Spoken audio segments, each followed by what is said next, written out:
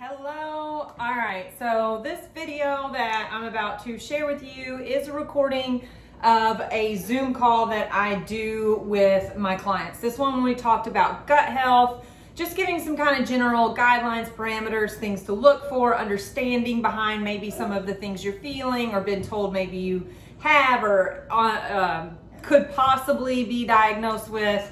And these are the types of Zoom calls that take place inside of my core membership program. So this is a $49 a month program where I provide all exercise, all information on how to complete a reverse diet, how to do a calorie deficit, how to get to maintenance, plus tons more resources and guides for nutritious, healthy eating, how to make good choices.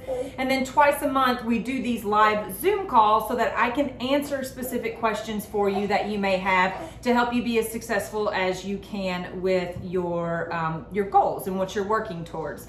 So check it out, take a listen. I feel like it was a great call. It did kind of get a little side railed a little bit, but I reined it back in.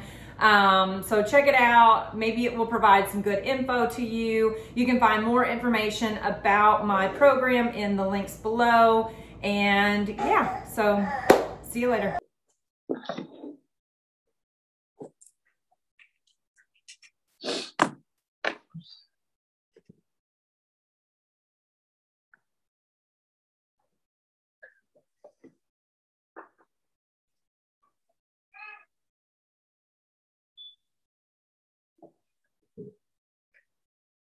Oh, I don't know how to fix this.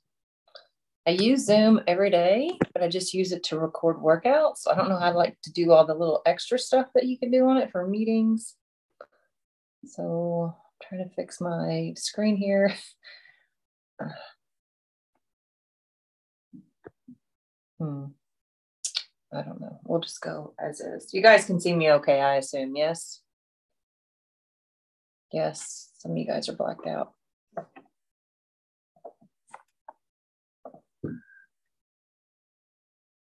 Okay, I'll go ahead and get started.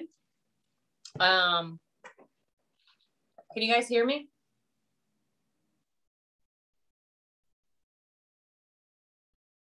Okay, Kenzie can. Okay, good. Okay.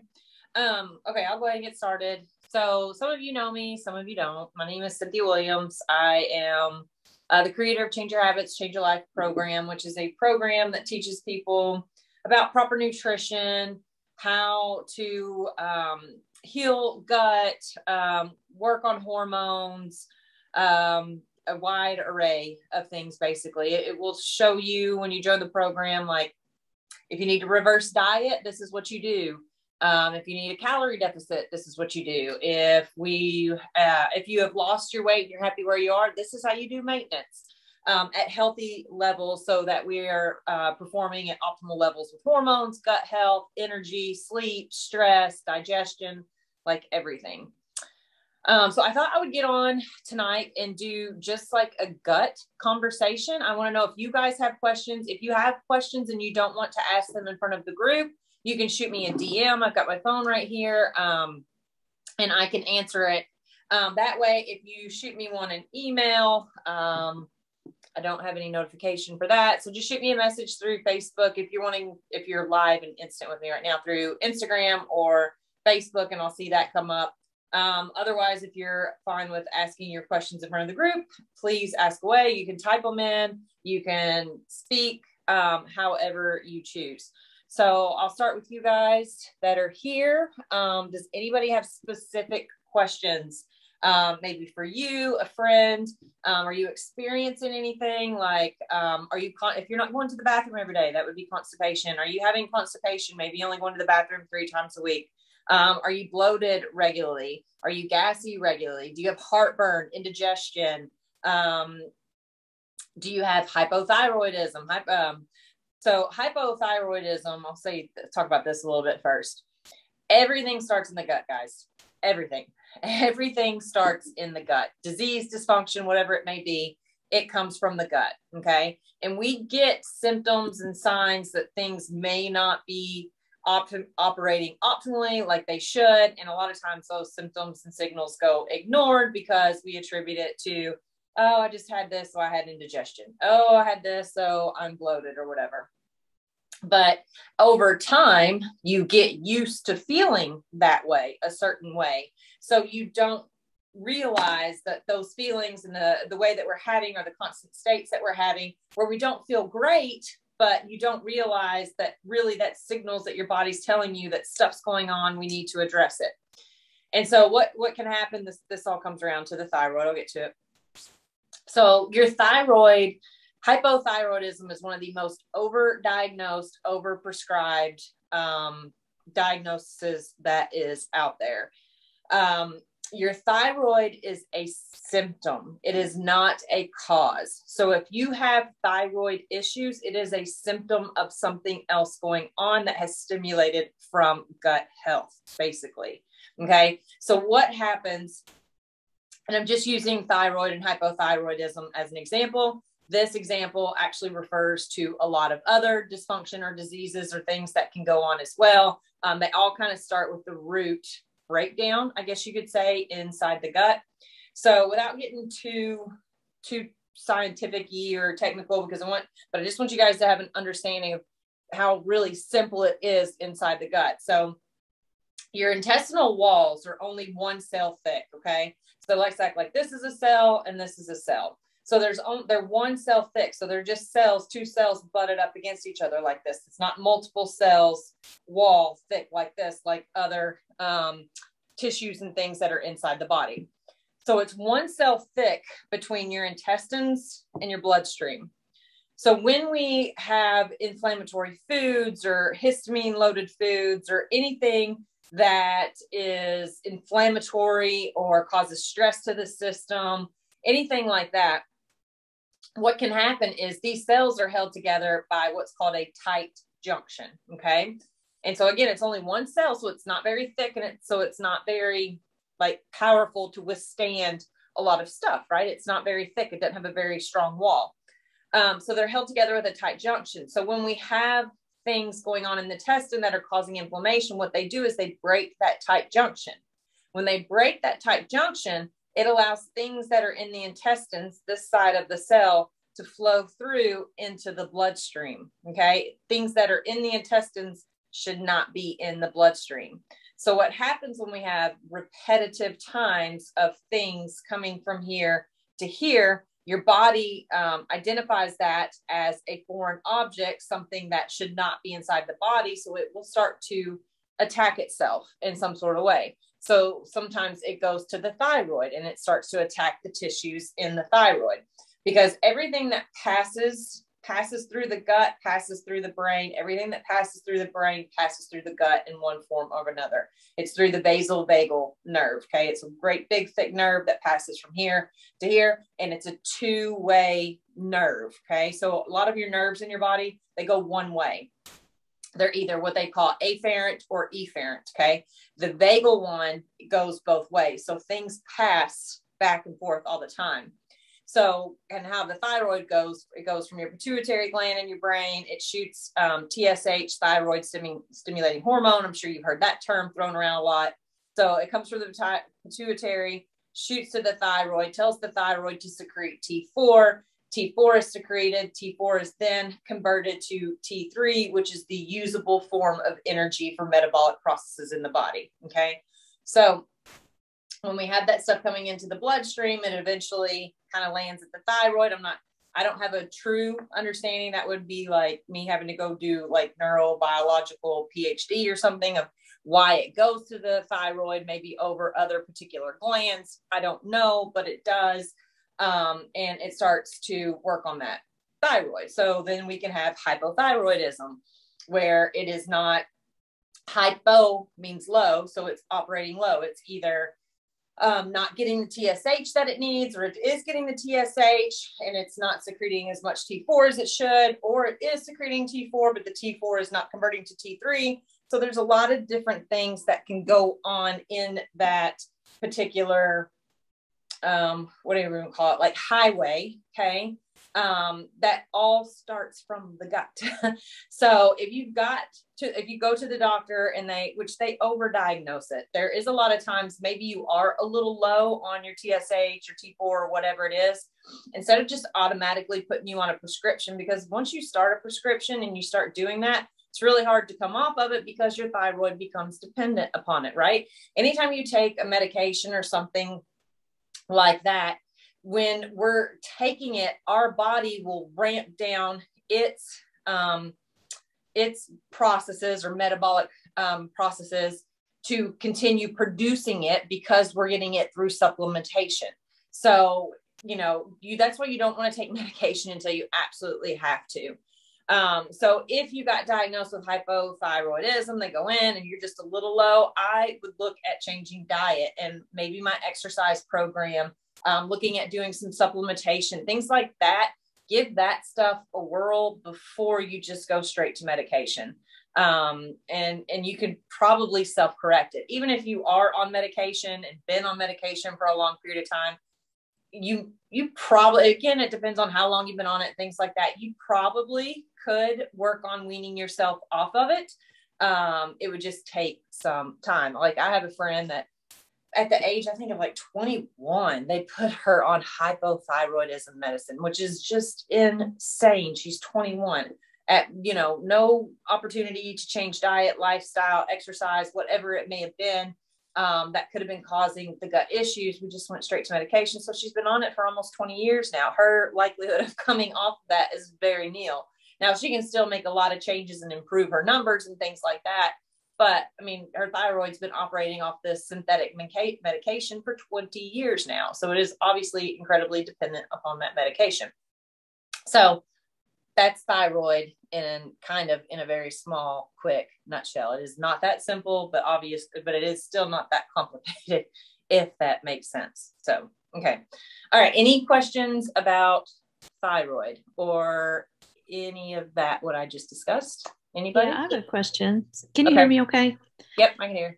Okay, good. I'm sorry. I couldn't get my audio working when I first logged in, so I missed the first part of it. But so my thyroid is just enlarged and been enlarged for a few years, but all my levels are fine. So all the blood work, the TSH levels, all that is good. And I have like thyroid nodules, but and doctor doesn't seem too concerned about it at all. So I guess now this, where maybe I thought stomach issues were a result of thyroid stuff, I guess it's the opposite. So is that something, just enlarged thyroid, that the gut issues can cause that? Yeah. I mean, it very well could. You could have some gut stuff that's gone on for a period of time, and it's resulted in, an enlarged, inflamed thyroid. So, I mean, sometimes things like that could be like you could have a pre-genetic disposition, right? We all have pre-genetic dispositions for a lot of things, but what causes those dispositions to engage or react is environmental choices. Does that make sense? Yeah. Like we have a lot of things that are just low lying, right? But we either are under chronic stress, or we have gut issues, or maybe we're doing HIIT exercise all the freaking time. We're just keeping our body at a 10 all the time. Things like that chronically will add up, and they'll light one of those switches on, which could start to lead to the enlarged thyroid and things like that. If you had that going on, I honestly would run like some more blood work, some more, I'm brain dead. Like a metabolic, a bigger panel, like looking at more things, because they're probably just looking at TSH, T3, and T4, right? If they're not pulling any sex hormones, if they're not pulling ferritin, CRP, cortisol levels, like looking at your system as a whole versus just what that thyroid's doing, to give more information to try and figure out what's going on, I highly would recommend doing that.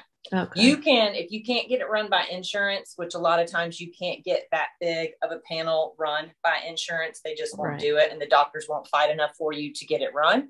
That's why if you're in Louisville, I send my clients to Optimize You. I have my own panel. You just go in there and say, I want the Cynthia Williams panel, and they'll pull this full gamut of all this kind of stuff, where we can go in there and it will tell me the shape of your gut health, basically, and what's going on. We can see if there's anything else going on as well. So you could go and do that. If you're not in Louisville or you don't want to go to Optimize You, there's a really good website called lifeextension.com. And the panel on life extension, comprehensive. There's the word I'm trying to think of. Mm-hmm. A very comprehensive panel. It's called the weight loss panel under the life extension. Even if you don't need to lose weight, it's just what it's classified as. And it's just a full big panel of everything. And it's about $200 no matter where you go. If you go in there, how that one works is you order it online and then you schedule it with your local LabCorp or Quest or whatever you have closest to you. You go in there and get the blood draw, and then they email the results back to you and let you see what's going on. I personally do it at least once a year anyways, because, I want to see everything that's going on. And then I take it and I give it to my doctor to have on file so that we can watch everything going on, because they're not going to pull that comprehensive of a panel. Mm-hmm. And any of you guys that want to get blood work done and run, I'm happy to read it, go through it with you, obviously for a small fee. I can read it, come back to you, offer a supplement protocol, exercise regimen, the things that I would do if I was working with you one-on-one. I'm happy to read those and then give you my thoughts as this is what I would do with my client to improve these numbers, improve your overall health, et cetera, and start to see some of these numbers improve, either increase or decrease depending upon what they're pulled. Okay.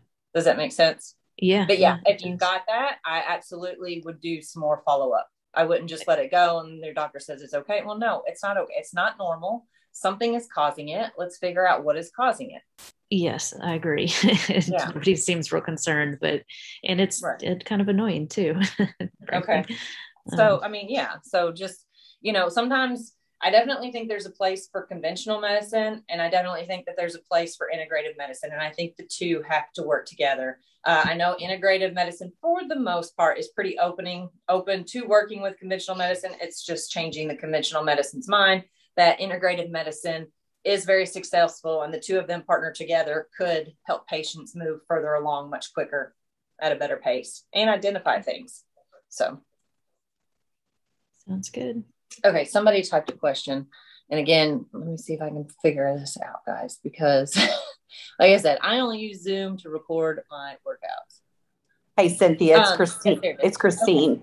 Okay. I was going to say it was me, and I was just asking if autoimmune conditions are also related to the gut. Absolutely, 100%. It's typically a histamine reaction from inflammatory, whatever's going on. But yeah, autoimmune is from the gut. Yes, ma'am. And it can be a lot of time, depending upon which autoimmune issue you have, a lot of them can either be reversed or put in like dormant, and change quality of life. It depends on which one you have.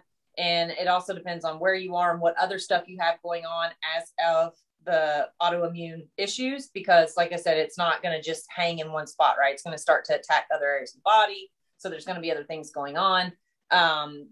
Going from there, but just when I work with a client, I don't want to trail off too much. That's why I get blood. Like if I have somebody that's got stuff going on, it's not just a straight weight loss client, like super easy. This is somebody that's got stuff going on. They would have autoimmune issues, blah, blah, blah, blah, blah. That's when I get blood work pulled. And that's when we attack the biggest hurdle first, if that makes sense. So maybe you did come to me and you did want to lose weight, but after you filled out your paperwork with me, we did the MSQ, the inquiry, I'm seeing some other stuff going on, maybe some hormone, maybe some metabolic things like that. Then I'm probably going to ask you to get blood work pulled. We get that blood work pulled. I'm getting that. I'm seeing cortisol levels are high. I'm seeing CRP levels are high. I'm seeing some things like with gut health, maybe ferritin, insulin levels are high, blood glucose, things like that. We're going to address those first and get you healthy and bring those levels down, bring the inflammation down in the gut before we focus on weight loss. Because what happens if you don't address that stuff first, you might lose the weight, but you're going to put it back on because you're not healing the gut first and addressing what the underlying issues are on top of. I mean, you could be eating more than what you're burning, and all of that kind of stuff. But if we've got these issues going on in the gut, 8 times out of 10, you're not properly absorbing nutrients and minerals and things like that. So you're either constipating and it's sitting in your gut and fermenting and starting to cause SIBO or candida or GERD or H. pylori or,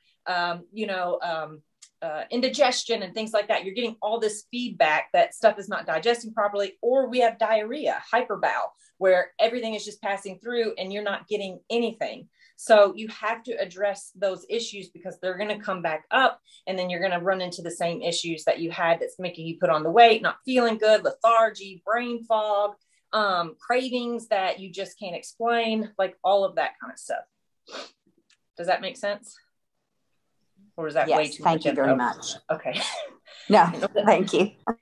And okay. I'm sure the cortisol level is in your panel, right? It is. Yeah, cortisol. Okay.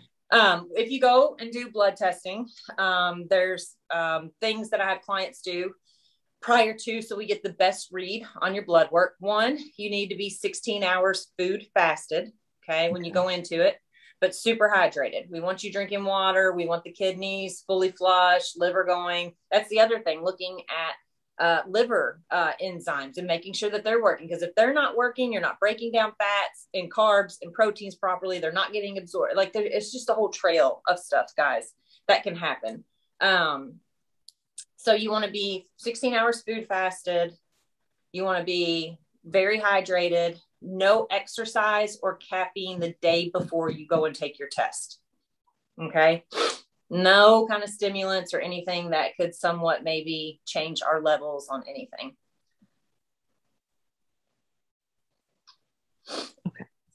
Okay. All right. Any other questions?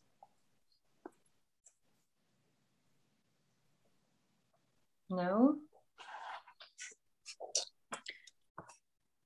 Well, I mean, my issues are just general, it's just general. And you and I've talked about this before, when you and I worked before, but, and for a while things were going really well, but now I'm just back to that, just being bloated all the time. I feel like, yeah. And I'm tired of eating something and then, feeling like I'm 5 months pregnant as soon as I eat it. And it just gets, and so I'm just trying to sort of figure that out again as to, what's going on now that it's coming back. And I don't know if it's, I'm getting the age, I'm like perimenopausal, like, I'm not menopausal yet, but I'm getting there. And is that affecting it? Or, I'm eating a lot more carbs because I'm, training for a race. So is it that, or, I'm just sort of just trying to figure it out.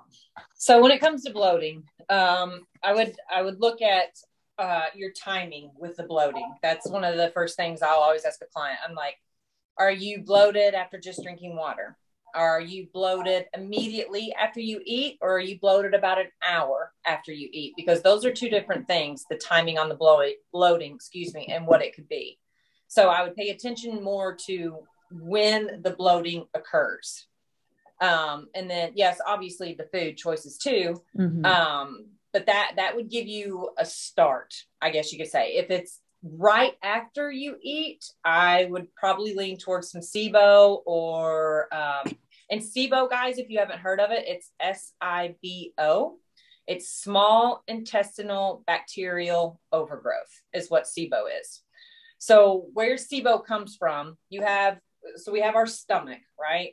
Our food comes in, and you have two ends to your stomach, and they each have little sphincters, what they are, but open and closed gates. So we have the one at the top that's connected to our esophagus. So it was esophagus, sphincter, stomach. And then we have another sphincter at the bottom, and that goes into your small intestine. So when we have issues going on in the stomach, maybe we don't have enough hydrochloric acid.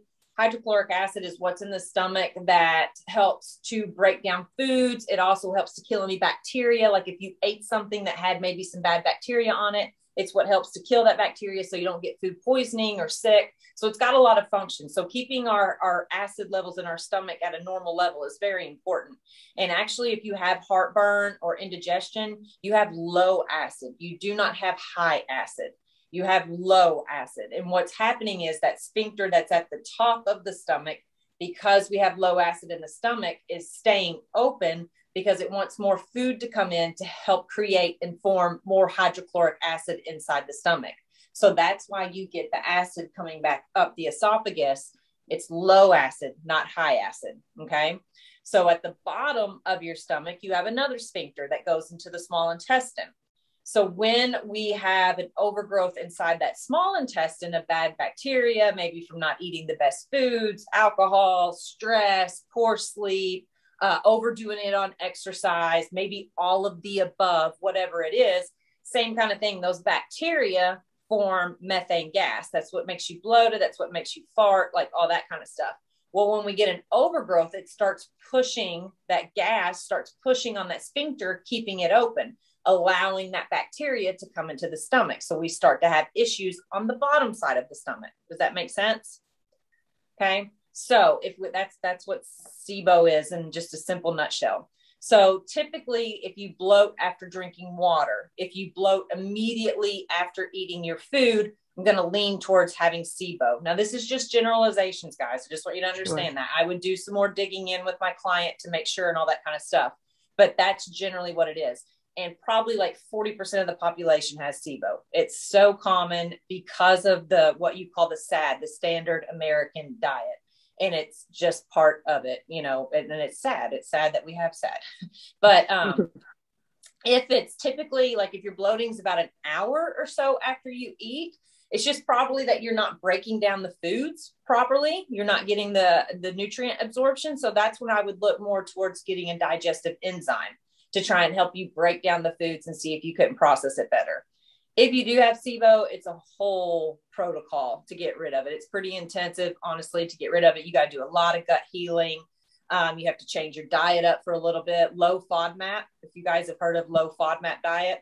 FODMAP is an acronym, FODMAP, and each one of those are sugars of some sort that are known to be an inflammatory trigger, basically. So what it is a low FODMAP diet. It pulls all those inflammatory triggers out of your diet for an extended period of time. I typically do 8 to 12 weeks with my clients. It's very boring. It's very bland, but it's one of the only ways to get that gut healed. In order for your cells to come back together and those tight junctions to tighten back up, you have to remove all inflammatory processes or triggers. Okay. But it doesn't mean that you can't eat that stuff the rest of your life. You just have to pull it out to let the gut heal for an extended period of time. Then you start introducing them back in one at a time. And then hopefully you build up your tolerance, because we want a huge, plentiful bacteria in our gut, guys. You want to eat as many different foods as you can and have just the hugest variety of bacteria in your gut. That is a strong, strong immune system. And that's what we want. But if we've got issues for an extended period of time, we kind of got to pull everything out. You got to do a supplement protocol where it basically starves out the bad bacteria. We feed the good bacteria. We build up the cellular walls and the intestines, the integrity there, and just do some work there. And then you can move forward. So looking at back to all of that, looking at your timing, is it immediately after I eat, or is it about an hour after I eat? And then that can kind of give you a direction of which way to go and some supplementation or things like that to help you process, digest, and absorb your foods better. Do you have a program for that? Well, I do. Yeah. One-on-one coaching for clients for that. Because I've been tested. It started last March. I've had this before, but I went a very long time, about 8 years without a problem. 8 years ago, it turned into a duodenal ulcer. We straightened it out, whatever. This last March, I started getting sick again, and I got to the doctors, and then everything shut down with the pandemic. Yeah. And when it opened up, it pushed my endoscopy to August from March. Finally got in with that. I didn't have an ulcer, so that was a good thing. But I knew I had the bacterial. They couldn't even get me in from, and we have a pretty good digestive program in Utica, New York. And they got me in October for one, and that came back negative. So that was a good thing, but could not get me into the end of January for the one where you blow into the tube that actually tells you you have a good, you know, whether it's I don't know if it's H. pylori or just over SIBO. I guess it's SIBO. They told me two different things. Well, typically H. pylori is the one that will lead to ulcers. So if you had an ulcer previously, it's not to say that it's the same, but H. pylori typically is the one that will lead to ulcers, because of Yeah. that one. So that's SIBO where is I'm more at. bloating, but there's I three do kinds of get the, SIBO, guys. There's yeah, SIBO with constipation, SIBO with diarrhea, and SIBO with mixed, a little bit of constipation and I'm mixed. diarrhea. I'm mixed. This is exactly what I'm doing. I've been through 3 rounds of the antibiotic that they give you, which, Well, so let me stop you there. that So doesn't work. you can do antibiotics, antimicrobials. You absolutely can. But what I keep coming back to is they don't fix the gut. Okay. They don't. They I go know. in and kill the bacteria, and they're not preferential. So they'll kill all the good and all Right. the bad bacteria. Mhm. So you have to be doing the other work with supplementation, diet, stress, exercise, all the other parts Mhm. to heal the gut, to build the integrity back of your intestinal walls. Yeah. But then also to be feeding and trying to preserve the good bacteria inside the gut. So yes, you can do the antibacterial, antimicrobial, absolutely, but you also have to do the other side of work with that. You can't just take Yeah. it. And like you're saying, you had to take 3 rounds of it because there's a 50% chance of a rebound that it's going to come Right. back if you're not doing the work. And I did the first round, you take it, you feel good 2-3 weeks, it bounces back. I went gluten-free, soy-free, dairy-free. Yep. I did the best I thought I could do. I was trying to follow protocol and I felt good and I stuck with it. But I knew something wasn't right. And I begged them. I said, even your paperwork tells me I should have a second round. So get me in for a second round. I don't think it killed off the first time. Second time he does it, he has me take 1 in the morning and 1 at night. And it was by Xifaxan, I think, is what they generally use. And I said, is this good for you? He said, it only works in your intestine, not in your blood system. So you're fine. It went away. It seemed like it went away. 3 weeks later, I started all over again. They did it a third time. He said, I just don't feel good about doing it again. But I also think there's this other viral going around here that people have gotten. So just in the past 5 or 6 days, I have not felt good. I've gone into the hospital twice. My heart and my blood work are perfect. So I do think what I'm going through right now is viral. But in the meantime, I know he said I could always deal with SIBO. It may never really go away. It's like you're saying, you have to do the other stuff too. I do yoga. So I would look at you're Mary's mother-in-law. I am Mary's mother. I'm sorry I got in late. That's okay. I would look at I will talk to Mary and see. I don't know the resources you guys have there, but we're not in Annapolis. I'm not in Annapolis, but I'm in upstate New York. Okay. So okay. So your options, what I would do is, it sounds like you have a good GI doctor. But it sounds like you also need to find an integrative practitioner to work with you in correlation with your doctor, because your doctor doesn't know, and that's they shouldn't know. Your GI doctor should focus on the anatomy and the physiology of the GI tract, right? And then that's what the integrative medicine for is: the supplementation, the working on the healing the gut and feeding the good bacteria and doing all of that work. So you have to work with those two together. So I would look at, and I can talk to Mary and see what options, but I would look at finding somebody like that to work with, because yes, if it keeps coming back, you're not healing the gut. Yeah, you're killing the bacteria, but you're not getting fixing the breeding ground for the bacteria, and it's going to come back. Yeah, I've done a lot of reading on different things. I have a friend who's in a similar situation. Also, I have Hashimoto, which I don't know if all of this over the year has caused the Hashimoto, because it thinks it's fighting something, but it doesn't know what. But I don't. So let me talk about that a little bit. I was going to get to that. So Hashimoto's is caused from leaky gut. 100% it comes from your gut. So does PCOS. You guys familiar with Are you familiar with Hashimoto's? Have y'all heard of that term? So it's basically your body's attacking your thyroid. Okay. And then you have PCOS, which is polycystic ovarian syndrome. Again, Hashimoto's and PCOS are both symptoms of something going on. They are not the cause, of something. They are symptoms of something that happened, which is in your gut. PCOS is And I don't honestly have the clear understanding of why your body goes to PCOS before it goes to type 2 diabetes, because PCOS is as a result of chronic high insulin levels in the body all the time. So again, from the gut, it's just from cranking on your insulin levels over and over, which is also what would cause type 2 diabetes. So I don't honestly know I don't, again, have that information, education on why your body picks one over the other and goes to it, or what the statistics are if you have PCOS and getting type 2 diabetes after that. I'm not real sure about that. That's stuff that I need to look into more on my own, but both of those are caused from poor gut health. Okay. Both of those 100% can be reversed if you put the work in to get it done. Okay. Just like IBS can be reversed, ulcerative colitis can be reversed. What else is there? I'm drawing blanks. Your SIBO, your Candida. So SIBO is small intestinal bacterial overgrowth. Candida is yeast overgrowth. Typically, you have a little bit of both if you've got one. Okay. Can you get tested for Candida? Say that again. Can you get tested for Candida? Yeah, you can. Like a blood test? Because I have to go to the doctor's tomorrow.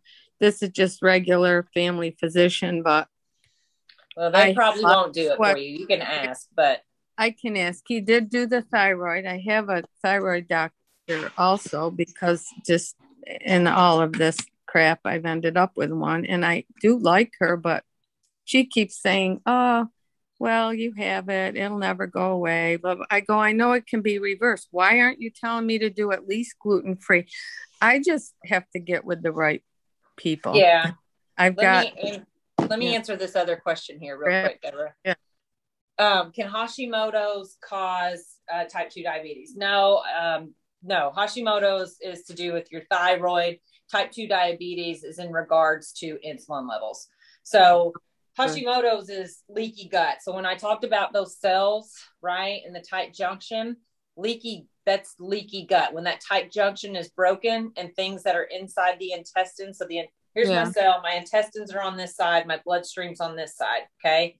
My things that are in my intestine are passed through that tight junction and they get into the bloodstream. That's leaky gut. Leaky gut then leads to over time, Hashimoto's, or you probably had IBS before you got Hashimoto's. You probably had some other irritable bowel syndromes or things going on that prior to that we just either put medication on or kind of pushed through or whatever it was that eventually led to that Hashimoto's.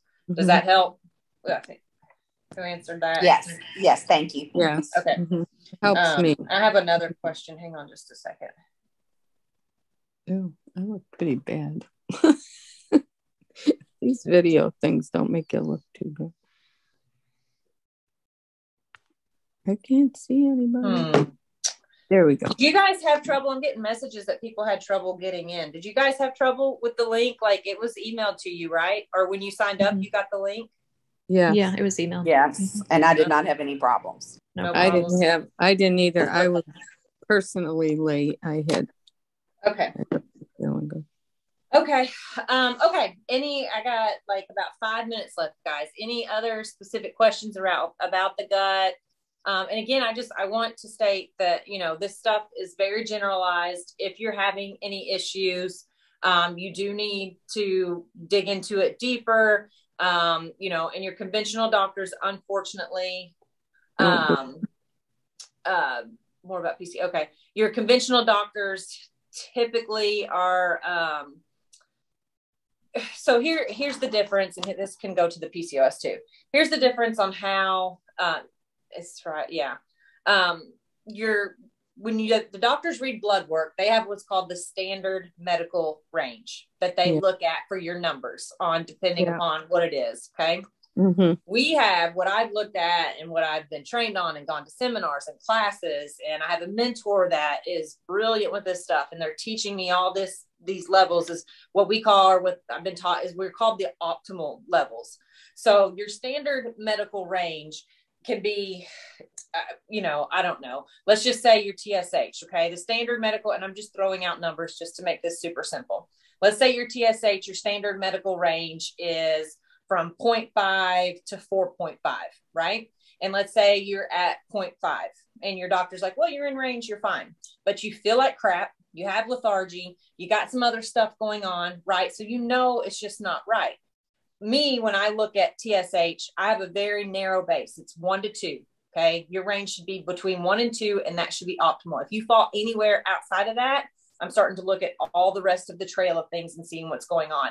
Then I'm looking at those numbers. And if we're way outside of that, we're going to start some supplementation. We're going to do some thyroid vitamins, some things like that to start and bring health. Or if we need to get in the gut and we need to do a full protocol, or do we have SIBO? Do we have candida going on? Are you having ulcers? Is it something more serious that we need to get to that first? And then the thyroid will resolve itself. So that's what I just want you to understand, that like practitioners like me, well, I'm looking at optimal ranges where you should feel good. Okay. Where you shouldn't be tired and crash at 2, 3 p.m. Your sleep should be good. Your libido should be good. Your skin should be good. Your hair should be good. You should poop every single day. Those are the levels that I want you at. That's when it's optimal. That's when we're feeling good. That's when we're going to live a long, healthy life. Right. So that's why it's important to mix your conventional and your integrative together. Okay. That's why it's important you have to be your own advocate and get a full panel of blood work every single year.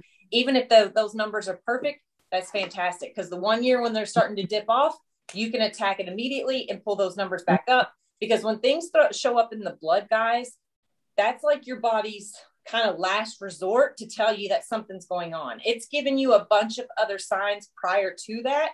But once it gets, because your body is constantly trying to stay in homeostasis, it's trying not to let anything into that bloodstream, right? It wants that blood pure, passing oxygen, doing its job. So when things start to get in there, that means that levels are either have been so high or so low for an extended period of time, it is now affecting our blood, okay, which is going to affect our tissues. Does that make sense? Yeah. So be your own advocate, get a full panel of blood work. It's $200 once a year. That can make a big, big difference in your overall health and your longevity. Okay. But who do you get that from? You? Well, I went through that earlier. Yeah. Deborah, when I was on here, when you came in. So there's, I'll send Mary the information, or you can go back and rewatch this, but I went through all that earlier, on the call, I didn't know. I can rewatch it. Yeah. I'm going to record it and put it up. Give me just a second. Got a couple questions. Yeah. I got like 2 minutes, guys. Okay. More about PCOS. So that's something I'll have to get into more on another talk, Kenzie. PCOS. It's from chronic high insulin levels. That is one, though, I will say, I got a new client this week that came to me that had been diagnosed with PCOS, and I don't think she has it. I dug deeper into her blood work, looked at all the symptoms, the signs, the things like that. I feel like people do have it, but I also feel like that's one of those things that's slapped on people when they don't have an answer. They just kind of put that on there. So PCOS is something that's, if you know somebody or you think you might have it or you've been done with it, I 100% would go get the full comprehensive panel of blood work done, follow up on it, and look at your gut health and see what else is going on when it comes to PCOS. The other question was psoriasis. Yep. Any kind of skin issue is most of the time comes from your gut, guys. Your skin is your largest organ. Okay. And if your body has got toxic levels for it inside of it or something that it doesn't like, it's going to try and get rid of it. The easiest and biggest way to get rid of it is through our skin. It's the biggest organ. So it starts pushing that stuff out. So like eczema, acne, psoriasis, things like that are from your gut. A lot of times it's from dairy. I'm not going to say all, but a lot of times dairy is the culprit, seems to be, when it comes to skin issues. But it could be gluten. It could be freaking tomatoes. I don't want to, I'm not, it's not black and white like that. I'm just saying a lot of the times it's dairy because I'll just go through this real quick and then I'm going to hop off here. You have those tight junctions. We have the 2 cells and we have the tight junction. Casein is the protein inside of your whole milk. Gluten is the protein inside of wheat, whatever it may be. Both of those 100%, I don't care if you have celiac or not, are 100% proven to be inflammatory triggers. We have different sensitivity levels to them. Okay. But both of those break that tight junction on those cell walls, and then they cause issue. Okay. So celiac is gluten, right? Repetitive breaking of those cell walls leads to diarrhea, right? Hyperbowel for those people. So if you have anything going on in the gut, and even if you don't have celiac or you think you can tolerate dairy, the protocol that I put on every client is we remove it, because you have to let the gut heal, right? Because we know that they will tear down the walls inside the intestines. So we have to pull everything and anything that we know that we can do that, get the integrity of those walls built back up again, get them strong, and then slowly start introducing that gluten and dairy back in. You can kind of find where your limits are. Maybe you can't really tolerate it as much as you think. You had all these symptoms and stuff that you thought were related to something else, or you would just pop the Pepto-Bismol, or you would take a Pepcid or something like that to just push through the food or whatever. And it was really too much gluten in your system, or really too much casein in your system, something like that. Does that make sense? Yeah. So if you feel like you got anything going on, you can go to ibsdiets.org. Look at their low FODMAP diet, ibsdiets.org, and go to low FODMAP. Yeah. You can follow that low FODMAP plan. And then if I have a client, when I put them on the low FODMAP, I also pull all gluten, all dairy, and all alcohol.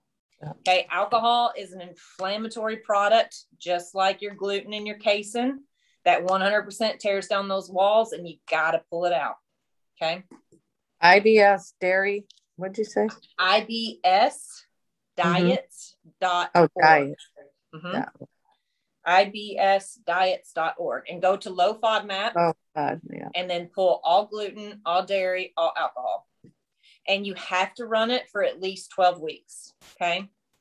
And then, but like I said, you don't want to eat low FODMAP the rest of your life. We want plentiful bacteria in our guts. Mm-hmm. So you slowly have to introduce foods. And I mean, slowly. Sometimes it can take 3 to 4 days for something that's inflammatory to actually rear its head. Okay. So it's not on Monday we put gluten back in, Tuesday we put dairy back in. It's the first day we put gluten back in, we wait 4 days. Then we introduce something else to do it correctly. Okay. Mm-hmm. Otherwise you might get a reaction and you're not going to know exactly which one it was that gave you that reaction. Did you keep a food diary?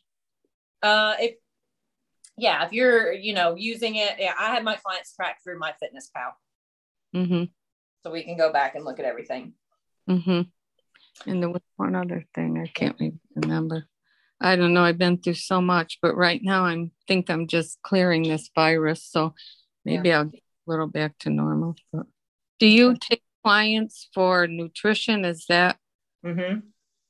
And Mary sent me the thing, but she didn't kind of explain it. So I wasn't really sure what you were or. I'm a nutritionist, and I work with weight loss clients, but 9 times out of 10, when I get a weight loss client, they've got some underlying stuff going on. So, I do work more with the PCOS, Hashimoto's, IBS, ulcerative colitis, people that have got some more underlying issues, metabolic conditions, things like that, that are trying to do this low calorie, high exercise routines to drop weight, and it's not working. So we fix all that. And that's the other part of it too, guys.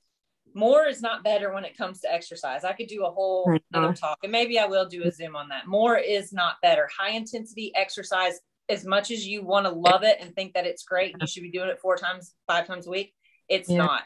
And there's other things that are, when it comes to intensity exercise, if you're trying to build muscle, that's a whole other talk. I'm speaking specific to the gut. It's very hard on the gut. Endurance training, Missy, you know this. Long distance running, long distance biking, both of those break down those tight junctions in the gut. They are very, very hard on the gut.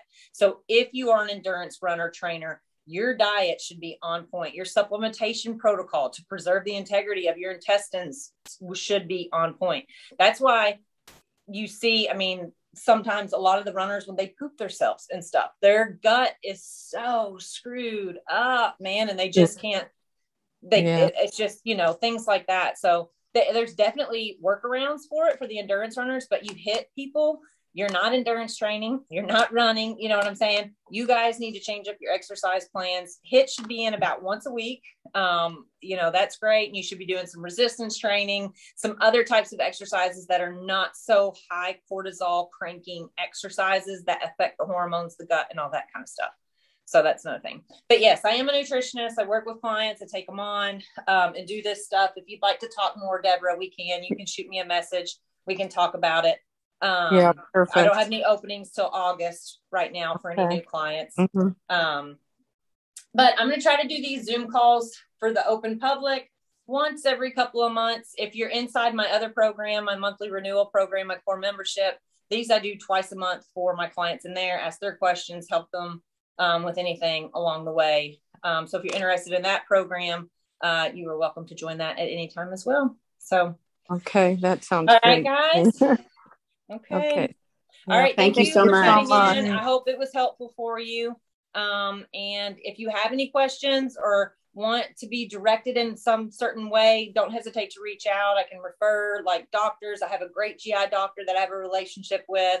If you're looking to get any kind of test, like a GI map test, if you think you have H. pylori or SIBO or something like that, I can point you in the direction for that kind of stuff so that you can get all the data. Data is really important. I feel like somebody a little bit, a second opinion or a different direction. I've done enough with who I have. So I'll contact you. I appreciate everything. Yeah. Sounds good. Thank you so much. Thanks, Cynthia. Thank you. Have a great night. So much. All right. You too. Bye-bye.